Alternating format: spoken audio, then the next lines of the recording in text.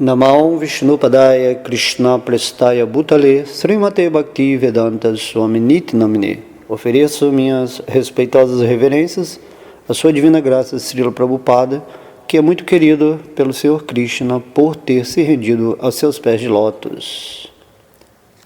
Haribô, hoje nós vamos dar continuidade, conforme pedidos, da aula que demos do livro Krishna, onde falamos sobre o nascimento do Senhor Krishna, e as pessoas gostaram tanto que pediram para eu dar continuidade a essa sequência. Então eu tive a oportunidade de falar o primeiro capítulo, que foi o advento do Senhor Krishna, e agora nós estamos falando do capítulo Kamsa começa as suas perseguições.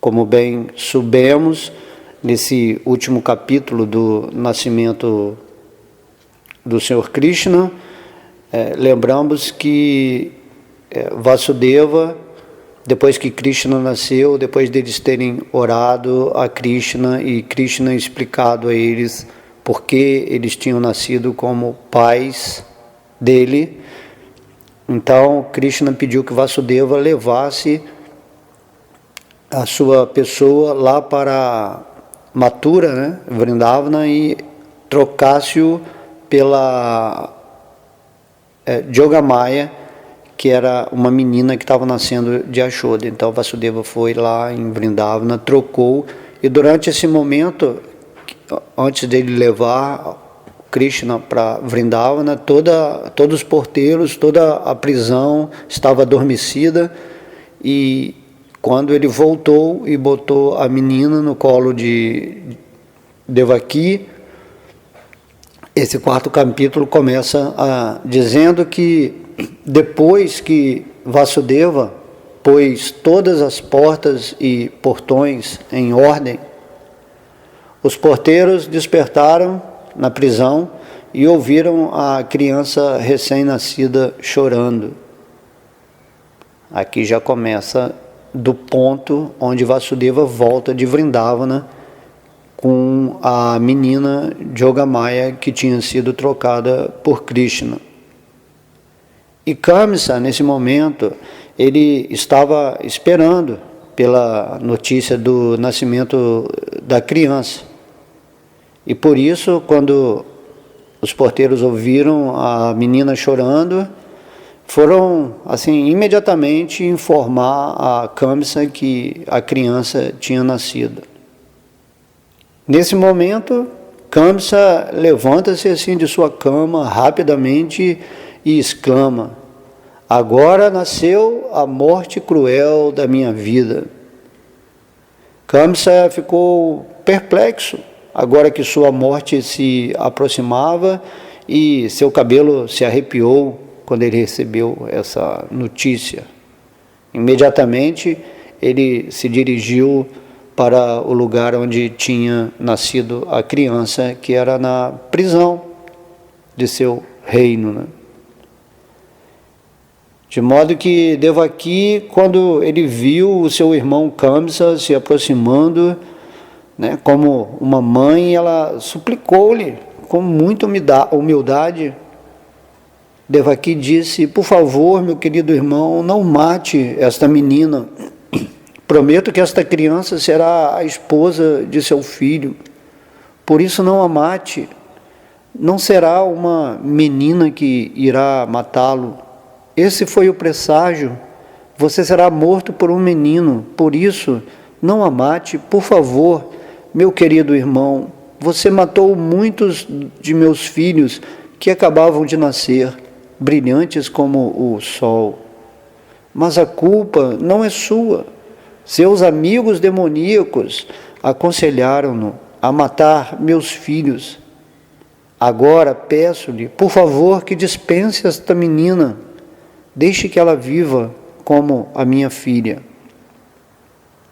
Mas Kamsa era tão cruel que não ouviu as belas súplicas de sua irmã Devaki. Ele agarrou a criança recém-nascida à força para oprimir a sua irmã e tentou atirá-la cruelmente contra o chão de pedra. Podemos ver que esse é um exemplo vivo de um irmão cruel que seria capaz de sacrificar todas as relações por amor de seu prazer pessoal. Porém, nesse momento que Kamsa jogou a criança no chão, essa criança escapuliu assim imediatamente de suas mãos e subiu para os céus e assim apareceu com 8 braços, como a irmã mais nova de Vishnu.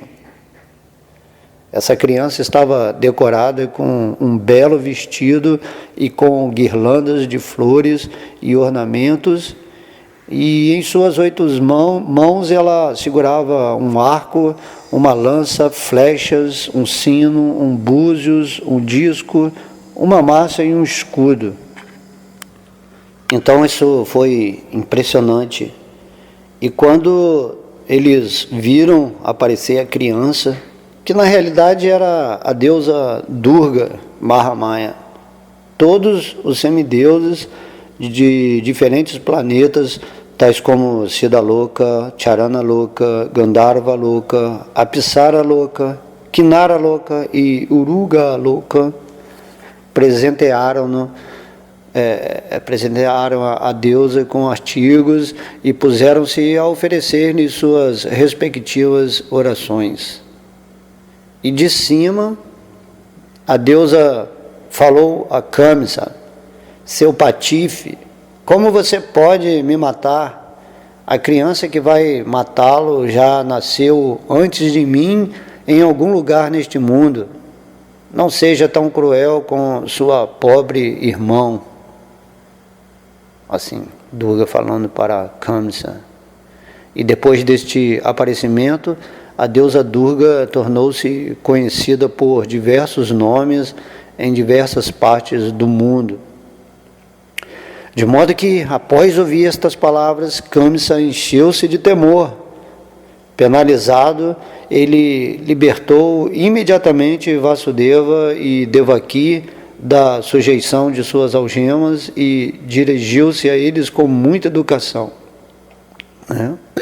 Com medo, uma situação dessa, então Kamsa disse: meus queridos irmã e cunhado, eu agi justamente como um demônio ao matar meus próprios sobrinhos.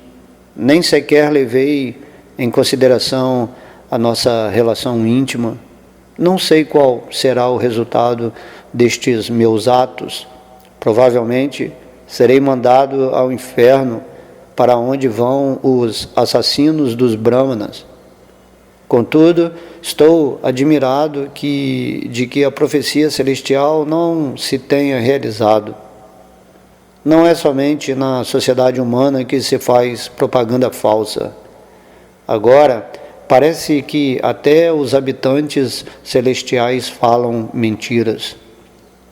Por ter acreditado nas palavras dos habitantes celestiais, cometi tantos pecados matando os filhos de minha irmã. Meus queridos Vasudeva e Devaki, ambos vocês são ótimas almas.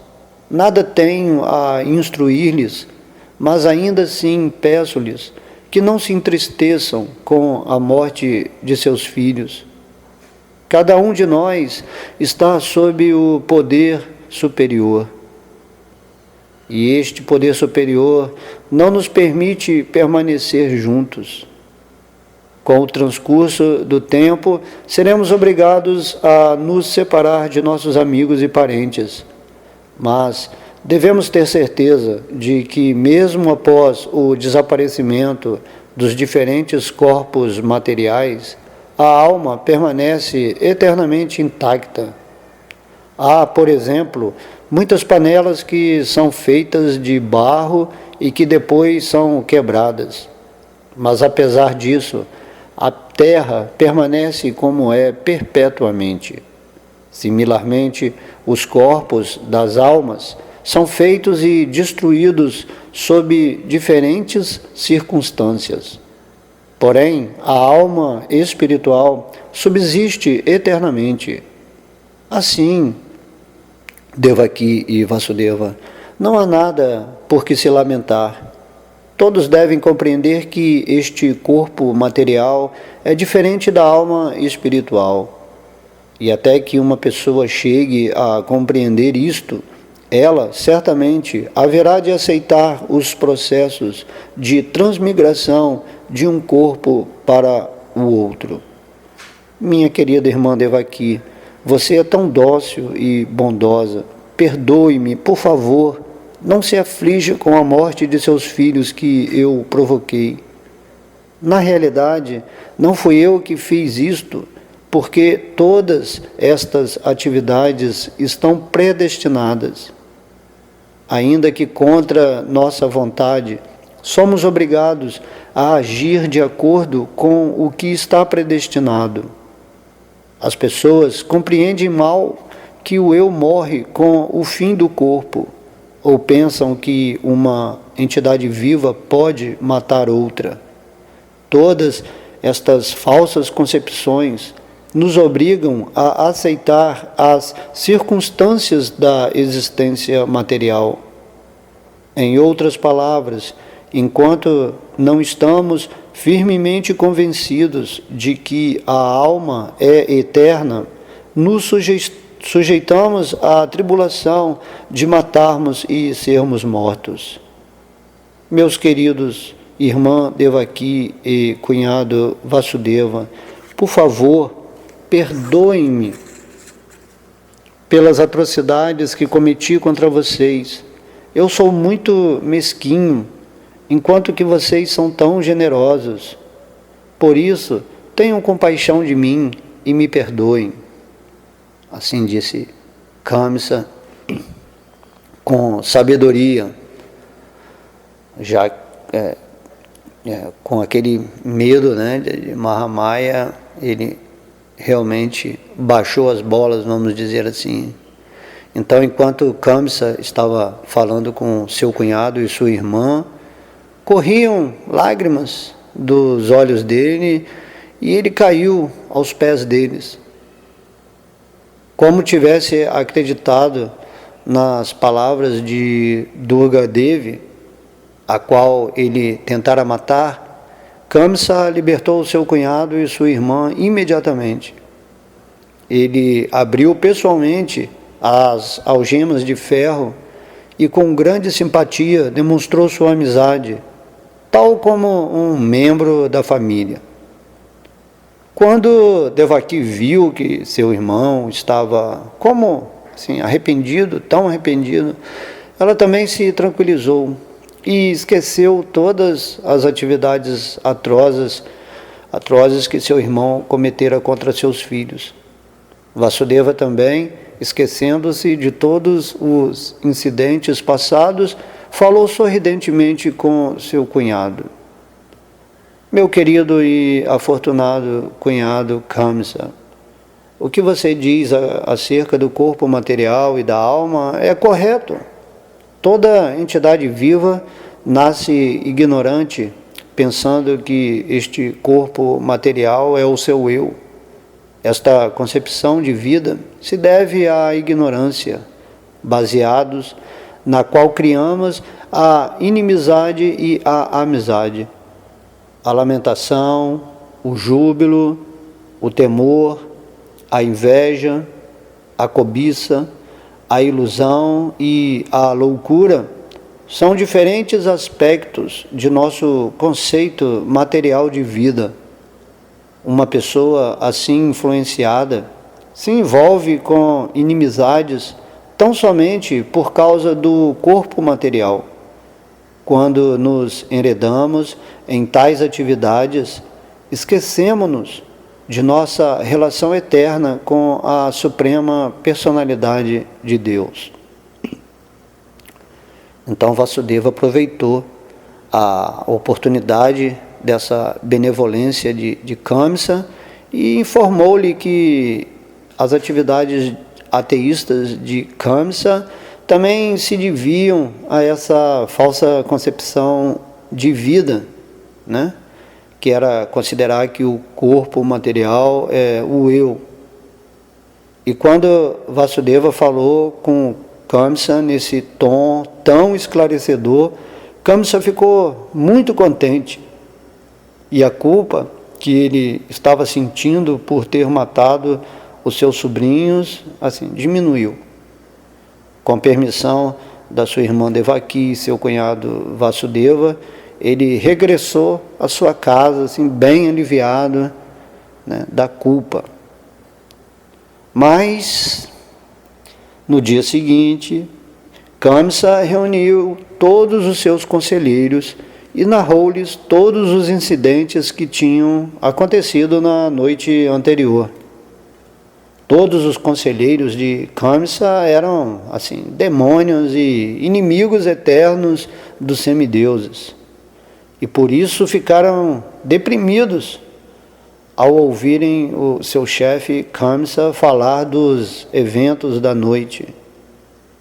E embora eles não fossem muito experientes nem eruditos, eles deram as seguintes instruções a Kamsa: caro Senhor, vamos fazer arranjos para que se mate todas as crianças que nasceram nos últimos 10 dias em todas as cidades, países, aldeias e campos de pastagem. Vamos pôr este plano em prática indiscriminadamente. Achamos que os semideuses não poderão fazer nada contra nós se executarmos estas atrocidades. Eles estão sempre com medo de lutar conosco, e mesmo que desejem impedir nossas atividades, não ousarão fazê-lo. Os semideuses o temem por causa da incomensurável força de seu arco. Na verdade, temos experiência prática de que sempre que você se punha a lutar contra eles e atirava-lhes suas flechas, os semideuses fugiam imediatamente em todas as direções para salvar suas vidas.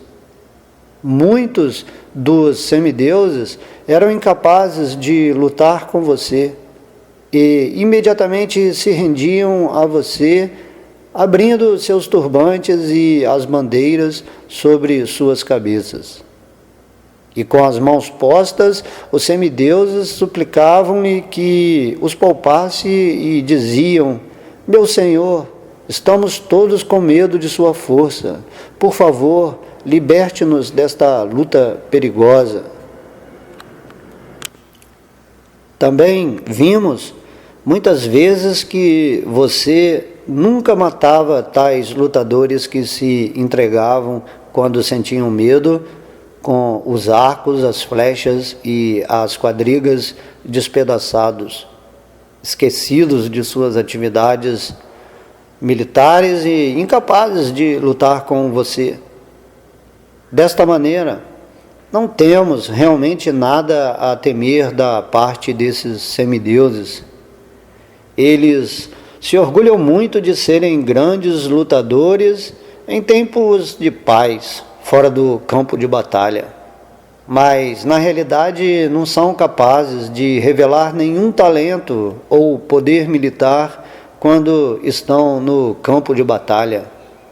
Embora o Senhor Vishnu, o Senhor Shiva e o Senhor Brahma estejam sempre dispostos a ajudar os semideuses encabeçados por Indra, não temos motivo para temê-los. Quanto ao Senhor Vishnu, ele já se escondeu dentro do coração de todas as entidades vivas e não pode sair.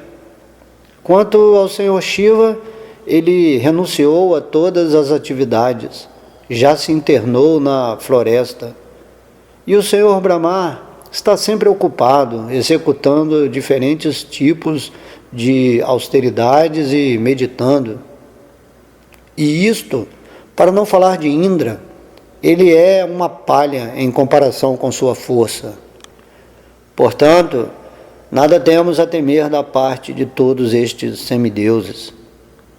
Mas não devemos desprezá-los, pois os semideuses são nossos inimigos determinados. Devemos ter cuidado e nos proteger. Meu Senhor, se queremos dar um fim à própria existência destes semideuses, devemos tão somente ocupar-nos em seu serviço e estar sempre pronto para cumprir as suas ordens. Os demônios continuaram dizendo: se temos alguma doença no corpo e a descuidamos, ela se torna incurável. Similarmente, quando não se tem o cuidado de restringir os sentidos e se lhes deixa soltos, é muito difícil controlá-los. Por isso, devemos ter sempre muito cuidado com os semideuses, antes que eles fiquem demasiado fortes para ser subjugados. A base da força dos semideuses é o Senhor Vishnu, porque a meta última de todos os princípios religiosos é satisfazê-lo. As injunções védicas, os brahmanas, as vacas, as austeridades, os sacrifícios, as execuções de caridade e a distribuição de riqueza são todos para a satisfação do Senhor Vishnu. Assim, comecemos imediatamente por matar todos os brahmanas que estão encarregados do conhecimento védico e os grandes sábios que estão encarregados das execuções ritualísticas de sacrifícios. Matemos também todas as vacas, que são a fonte da manteiga, a qual é tão necessária para se executar sacrifícios. Por favor, dê-nos autorização para matarmos todas estas criaturas. De modo que esse era o discurso dos demônios quando eles souberam que Kamsa tinha liberado a sua irmã e seu irmão. Eles, logo assim, por meio, com certeza, da inveja, articularam assim, planos com a devida sabedoria para eliminar toda a possibilidade espiritual do planeta que mantém essa força viva do Senhor Vishnu no coração de todos os seres, né, daqui do planeta. Porque, na realidade, os membros do corpo transcendental do Senhor Vishnu são os brahmanas, as vacas, o conhecimento védico, a austeridade, a veracidade, o controle dos sentidos e da mente, a fidelidade, a caridade, a tolerância e a execução de sacrifícios. O Senhor Vishnu está situado no coração de todo mundo e é o líder de todos os semideuses, incluindo o Senhor Shiva e o Senhor Brahma.